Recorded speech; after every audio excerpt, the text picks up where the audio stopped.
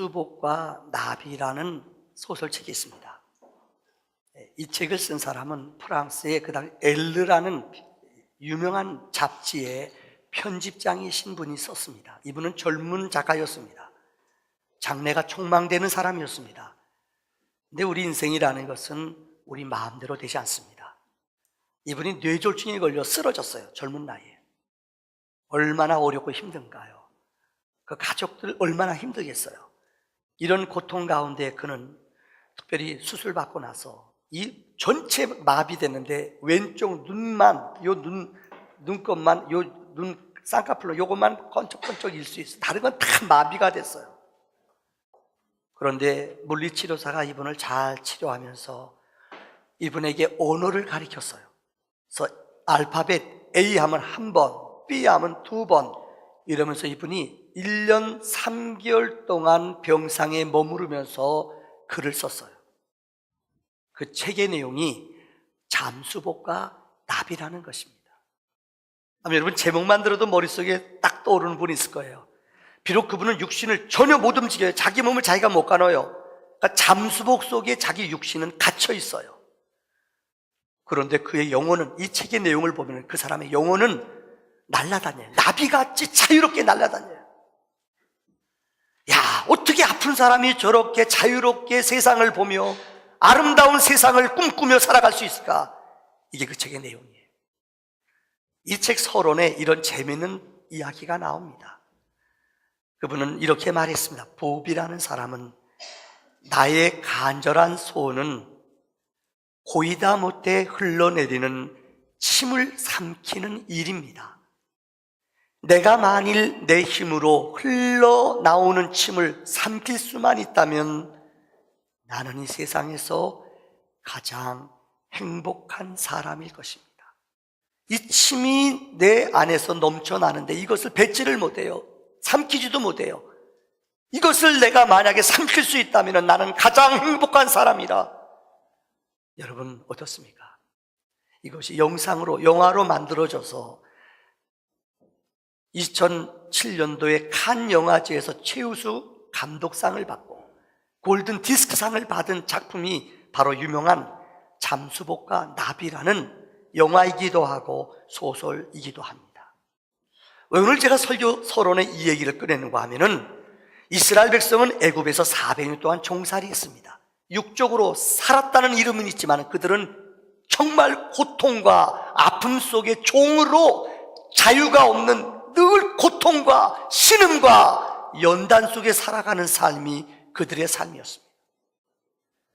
그런데 하나님은 그들을 부르십니다. 모세를 통하여 그들을 애굽에서 나오게 하셨습니다. 그리고 40년 동안 하나님이 불기둥 구름기둥으로 그들의 삶을 매 순간마다 인도하셨습니다. 즉 육적인 삶에서 이제는 영적인 자유자의 삶으로 그들의 삶을 하나님은 바꾸어 놓으셨습니다. 우리가 지난 시간 설교한 거 기억하십니까? 이제는 요단강만 건너면은 그렇게 기다렸던 가나안 땅입니다. 근데 하나님이 명령을 내려요.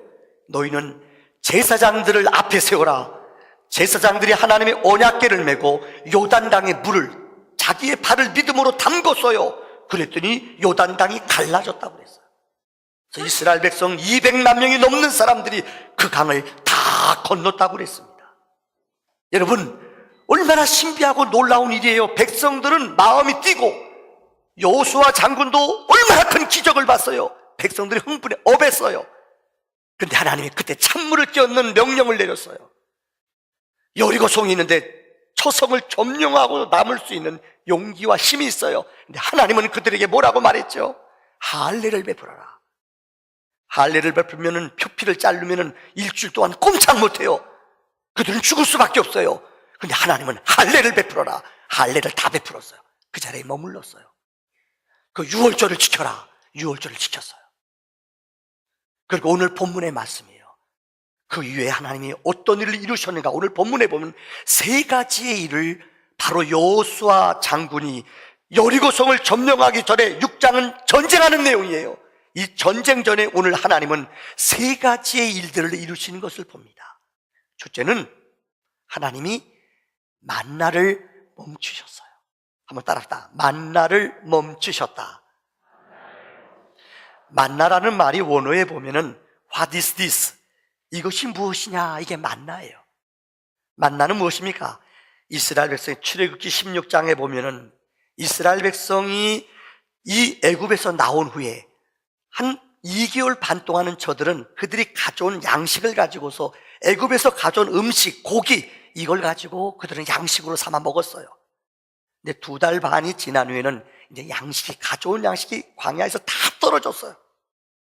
믿음은 그렇습니다. 내 힘, 내 능력, 내 의지, 내 여러분들 권세를 믿으면은 하나님은 역사하지 않아요. 어느 것도 내가 할 수 없음을, 내 것이 다 떨어졌을 때 광야에서, 벳세다 광야에서 오병이어의 기적을 일으킬 때에 밤은 맞고 여러분 저녁이 되었고 온 그곳은 빈들이요 광야요 어느 것도 저들에게는 없었어요. 이때 주님은 오병이어의 기적을 주셨어요. 2개월 반 동안 그들이 가져온 곡식을 다 먹고 다 털어 아무것도 없어요. 근데 그때부터 하나님이 새벽 이슬과 함께 이스라엘이 머물러 있는 진영에 만나를 내리셨어요. 만나는 이 쌀같이 조그만 거예요. 그 다음에 동글동글한 거예요. 이것을 하나님이 거두게 했어요. 그래서 아침 이슬, 새벽과 함께, 새벽 이슬과 함께 만나가 내려요. 이것을 사람들이 거둬가요. 그릇 한 오멜 가져가요. 이걸 아침, 점심, 저녁 먹으면 딱 정량이에요. 어떤 욕심 많은 사람은 이것을 2오멜을 가져가요. 그건 금세 그 다음날 썩어버려요. 매일매일 만나는 하나님이 일용할 것, 매일매일 필요한 것들을 하나님이 주셨다는 것입니다. 여러분, 다시 말씀드립니다마는 이 만나라는 것은 정말 기적의 음식이에요. 그들이 수고하고 애쓴 게 아니라 광야 생활할 때 광야는 농사질 수 없어요. 매일 하늘의 문을 여시고 하나님이 꼭 정량 필요한 양만 하나님이 그들에게 음식을 주셨다는 거예요. 그래서 어떤 분이 이것을 어떤 믿음이 좋으신 분이 한번 칼로리로 조사해 봤어요. 재미있는 통계예요. 보통 하루에 한 사람이 1kg의 양식을 먹는답니다. 그러니까 200만 명, 아마 200만 명 넘을 겁니다. 장정만 60만 명이니 이스라엘 백성들을 따지면 200만 명을 따져봤더니 아마 톤으로 따지면은 아마 2,000톤은 될 거래요. 그러니까 여러분 10톤짜리 큰 대형 덤프가 10톤입니다. 10톤짜리 200대분을 매일마다 하나님이 하늘에서 쏟아주신 거예요. 오늘 본문의 말씀에 이스라엘 백성이 요단강에 도착했어요. 요단강을 건너 가나안 땅에 도착했어요. 그런데 여러분 오늘 정월 6월절을 지킨 후에 하나님이 그 다음 날부터 일주일 후에 하나님이 만나를 끊으셨다고 그래요. 이걸 정확히 날짜로 따져보면은 39년 11개월 동안 하나님이 만나를 주셨다는 것입니다. 우리 인생은 하나님이 매일매일 일용할 만나를 주지 아니하시면 우리 인생은 어느 누구도 살 자가 없습니다. 하나님은 매일매일 우리 인생에 필요한 것들을 축복하시며 거룩한 양식을 주시는 하나님이신 줄을 믿습니다. 오늘 만나의 두 번째 영적인 뜻은 여러분 보세요. 이들이 가나안 땅에 도착했어요. 아니 만나가 매일 쏟아지면 일할 필요 없잖아요. 근데 하나님은 그러지 않았어요. 이제는 그들이 오늘 본문의 말씀을 전체 맥락을 보면은 가나안 땅에 도착했는데 여리고성 온 사람들이 이스라엘 백성들을 보고 무서웠어요. 두려웠어요. 간담이 서늘해요. 그래서 그들이 자기네 진영 성으로 다 도망갔어요. 그래서 곡식이 그냥 남았어요. 그래서 이스라엘 백성들이 그 곡식을 소산을 거둬들였어요. 그러면서 하나님 말씀하세요.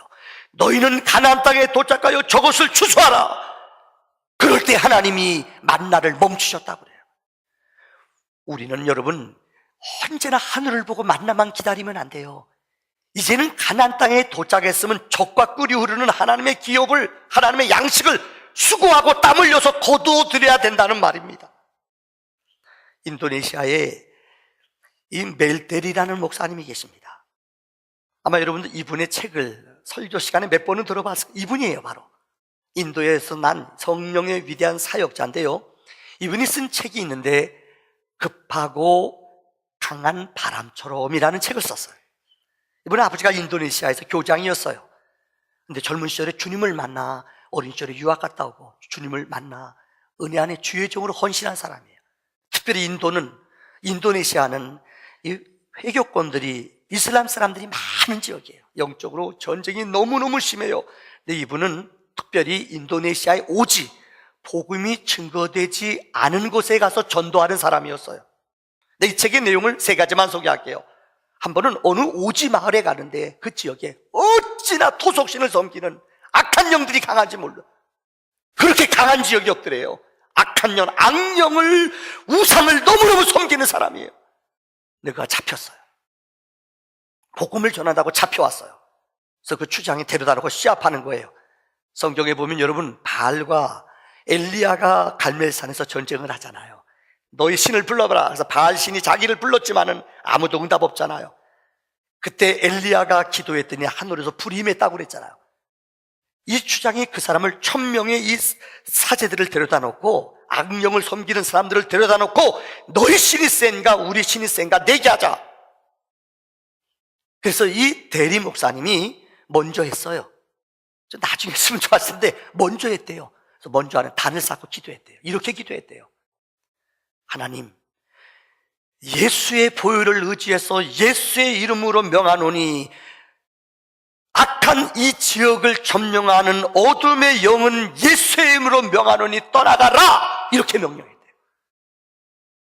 한 번, 두 번을 했대요. 예수의 보혈을 의지해서 예수의 이름으로 명하노니 이 지역을 점령하고 있는 어둠의 영은 떠나갈지어다! 이렇게 두 번 기도했대요. 그런데 거기는 1000명의 악령을 섬기는, 토속신을 섬기는 사람들이 똑같이 전율을 느꼈대요. 어떤 전율을 느꼈느냐? 그 1000명의 사람들이 구경하고 있는데 이 목사님이 두 번 기도할 때에 여러분, 하나님의 천사가, 칼을 든 천사가 딱 나타나더래요. 그래서 그들이 그 앞에서 압도를 댔대요. 전부 다 놀라가지고 전율이 왔대요. 꼬꾸라지는 사람, 두려워 떠는 사람, 경련이 일으키는 사람. 놀라운 일이 그 마을 사람들이 복음 안에 다 돌아왔대요. 할렐루야. 급하고 강한 바람. 여러분, 이 두 번째 얘기는 이분은 오지를 다니느라고, 오지의 선교하러 다니느라고 목욕을 못 하잖아요. 오지 지역이 복음 전할 때 얼마나 어려움이 많아요. 근데 이분의 책에 보면 신비한 게 어느 때는 2달, 3달씩 전도 여행 다니면은 옷에서 땀 냄새 나거든요. 근데 신비한 게 옷을 빨지 않아도 변화산에서 얼굴이 변하고 옷이 변한 것처럼 옷을 빨래하지 않아도요, 이분이요, 너무나 놀라운, 이 옷이 상하지가 않았대요. 이분의 책에 보면 그런 내용이 또 나와요. 한 번은 오지에 가서 사람 세례를 주고 성찬식을 베푸는데 오지에 포도주 가져갈 수 없잖아요. 아주 먼 곳이니까요. 근데 이분이, 대리 목사님이 물을 가지고 기도하면은 어느 때는 물이 포도주로 변하는 이적이 나타나더래요. 한 번은 이 목사님이, 대리 목사님이 인도네시아의 어느 도시에서 선교대회가 있었어요. 그래서 이분이 선교하다가 그 회의 참석하고자 그곳에 갔어요. 몇 날 며칠 동안 선교지에서 오다 보니까 옷도 없잖아요. 하룻밤 여가 호텔에서 자고 그 회의 참석하러 가는데 그날 저녁에 그 도시에 오니까 냄새가 많이 나더래요. 그래서 하나님께 기도해요. 하나님, 오지에서 내 옷을 깨끗이 청소해 주신 하나님, 한 번 더 해주세요. 근데 성령님이 그러더래요. 여기는 비누가 있다 그러더래요. 무슨 말인지 아세요? 광야를 지날 때는 양식이 없어요. 그래서 하나님이 기적을, 초자연적인 역사를 그들에게 매일매일 보여주셨어요. 근데 이제는 그렇지 않아요. 이제는 우리가 일해도 돼요. 하나님이 주신 땅, 젖과 꿀 흐르는 땅, 언약의 땅, 땀 흘려 수고함으로 아름다운 소득을 거두는 것이 만나의 역사인 줄 믿습니다.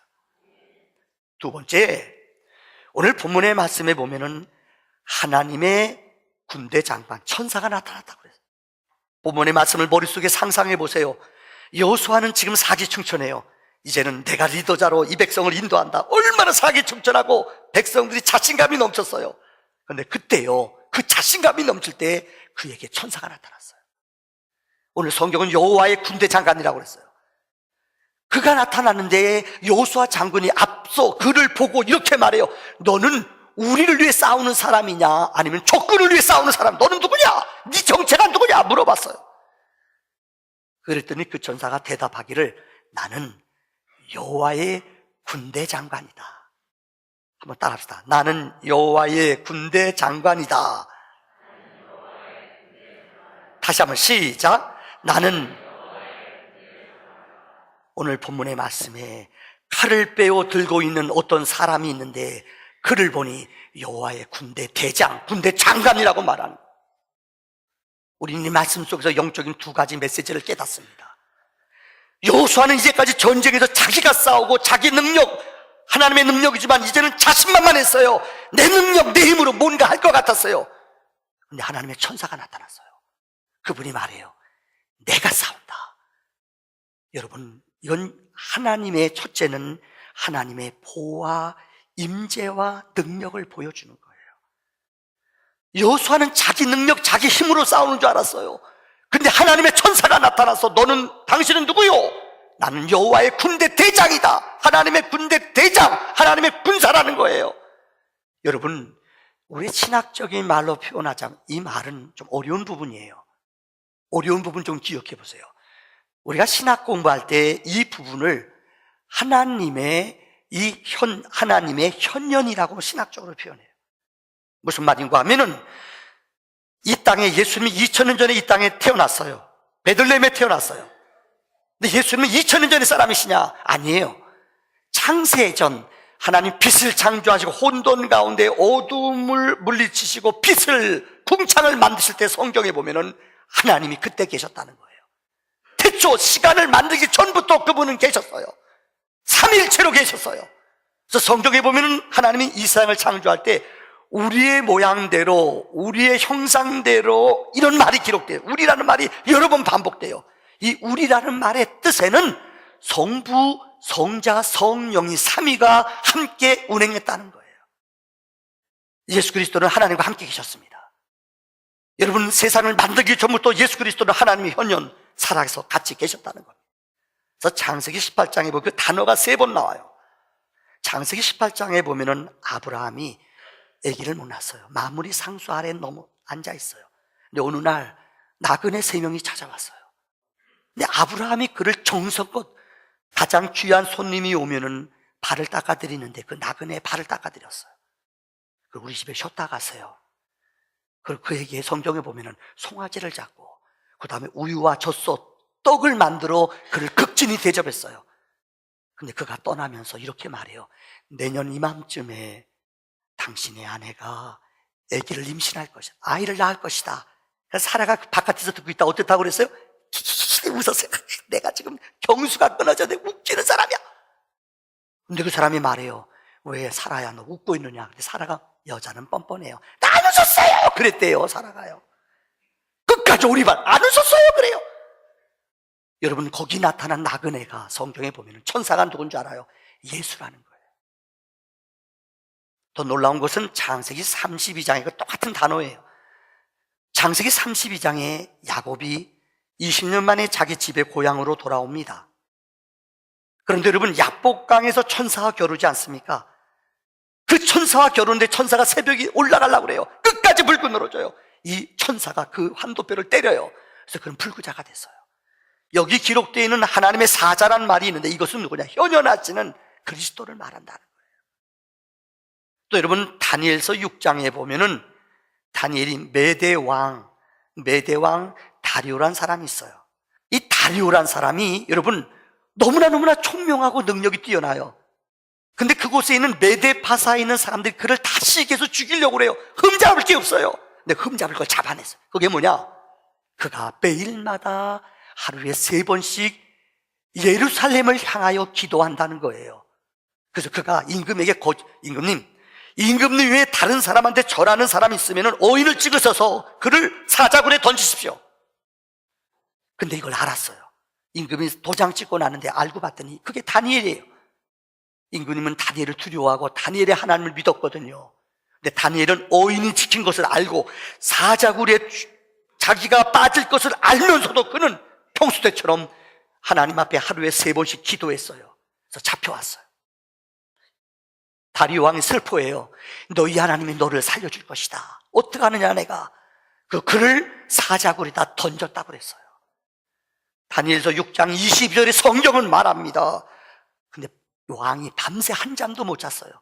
그 새벽녘이 됐을 때에 이 다리오 왕이 제일 먼저 뛰어가서 이 사자굴의 문을 열었더니 너무나 신비한 게 뭐냐, 다니엘이 죽지 않고 사자의 입을 천사가 막았다고 그랬어. 이 사자가 누구냐? 성경은 예수 그리스도라고 말해요. 사랑하는 성도님들, 오늘도 하나님의 사자는 믿음의 사람들을, 하나님의 백성들을 동행하시며 지키시며 거룩한 하나님의 현년으로 우리에게 능력으로 역사하는 분이신 줄을 믿습니다. 마지막 결론입니다. 오늘 이 하나님의 사자 앞에 여호수아가 두렵고 떨리는 가운데 서 있어요. 그때 하나님의 사자가 이렇게 말합니다. 너 서 있는 곳은 거룩한 곳이니 내 신을 벗어라. 따라합시다. 신을 벗어라. 다시 한번 시작. 오늘 신을 벗으라는 말씀은 영적으로 세 가지 짧은 의미가 있습니다. 첫째는 우리 인생으로 하여금, 믿음의 사람으로 하여금 거룩한 사람이 되라는 거예요. 오늘 21세기의 영성은, 오늘 우리 시대의 비극은 거룩함을 잃어버렸어요. 교회가요, 죄송합니다. 정말로 여러분들 시대의 흐름을 따라가는 건 좋아요. 근데 정말 교회에서 잊어버리면 안 될 것이 있어요. 거룩함, 하나님의 거룩한 능력이 잊어버려지면 안 돼요. 아무리 세상적인 노래도 좋아요, 아는 것 좋아요. 그러나 교회에서 하나님 임재를 느끼는, 예배 시간에 찾아와서 하나님의 거룩함을 체험하는, 영성을 회복하는 은혜가 현대인들은 잃어버렸다는 거예요. 오늘 하나님은 여호수아에게 말씀하셨습니다. 여호수아야, 너 서 있는 곳 거룩한 곳이니 신을 벗어라. 우리로 하여금 거룩함을 원하셔요. 여러분, 저는 메시지를 준비하면서 맞다, 목사가 다른 거는 부족하고 흠이 있어도 하나님 앞에 영적으로 내가 거룩자로 나아가는, 예배자로 나아가는 영성을 내가 더 잊어버리면 안 된다. 성경은 디모데전서 4장 5절에 말씀과 기도로 너희는 거룩해질지니라고 말씀하셨어요. 우리 인생이 거룩해지는 비결은 다른 거 아니에요. 말씀을 더 깊이 알고 말씀을 붙잡고 말씀의 능력 안에 머무를 때 우리 영혼은 거룩해지는 거예요. 우리 영혼이 어떻게 거룩해져요? 기도라고 말했어요.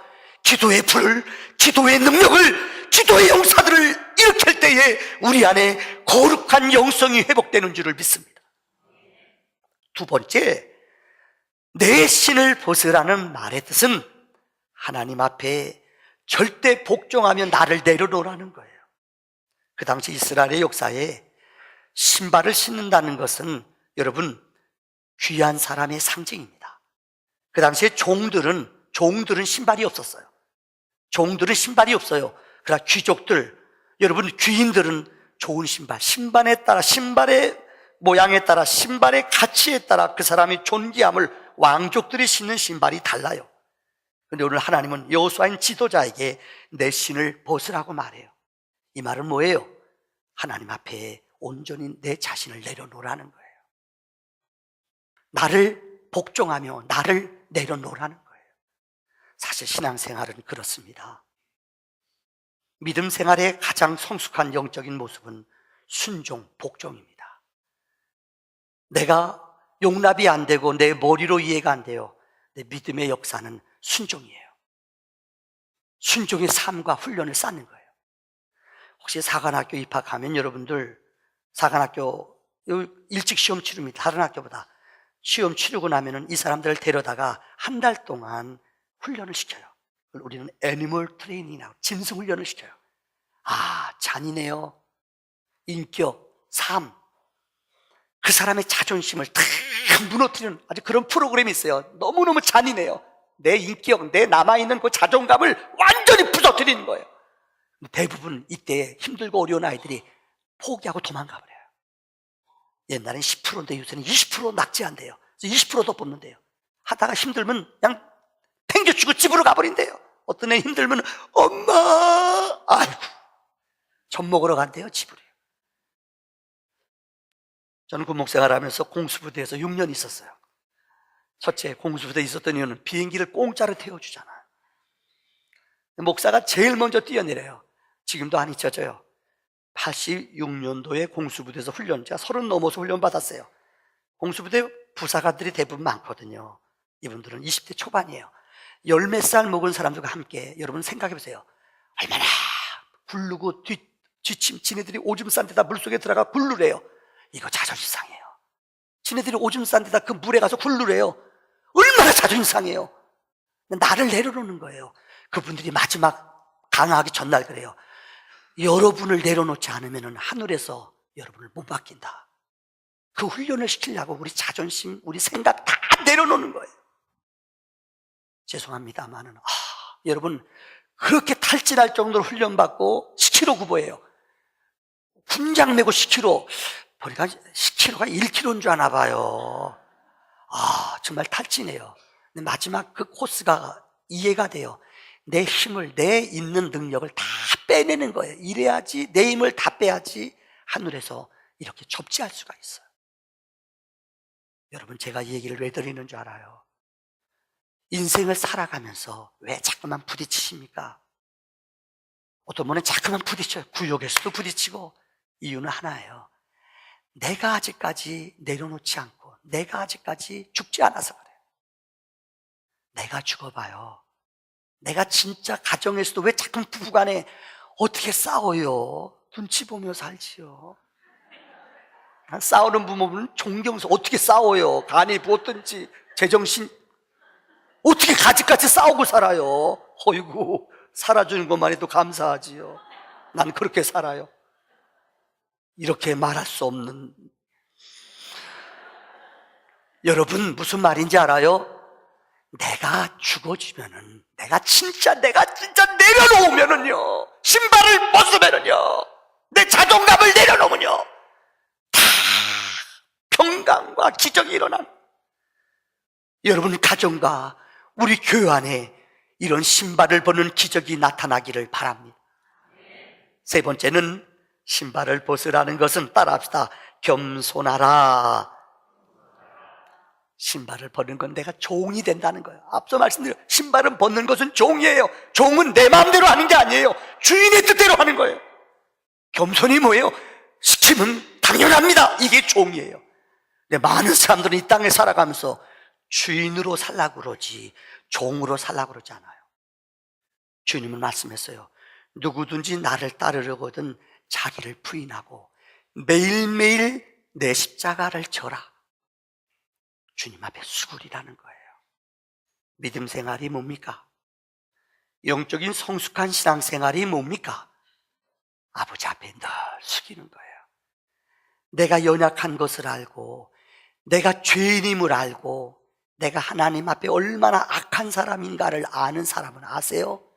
하나님 앞에 그저 숙일 수밖에 없어요. 예루살렘 이스라엘 성지에 가면은 저는 제일 은혜 받은 게 그곳이에요.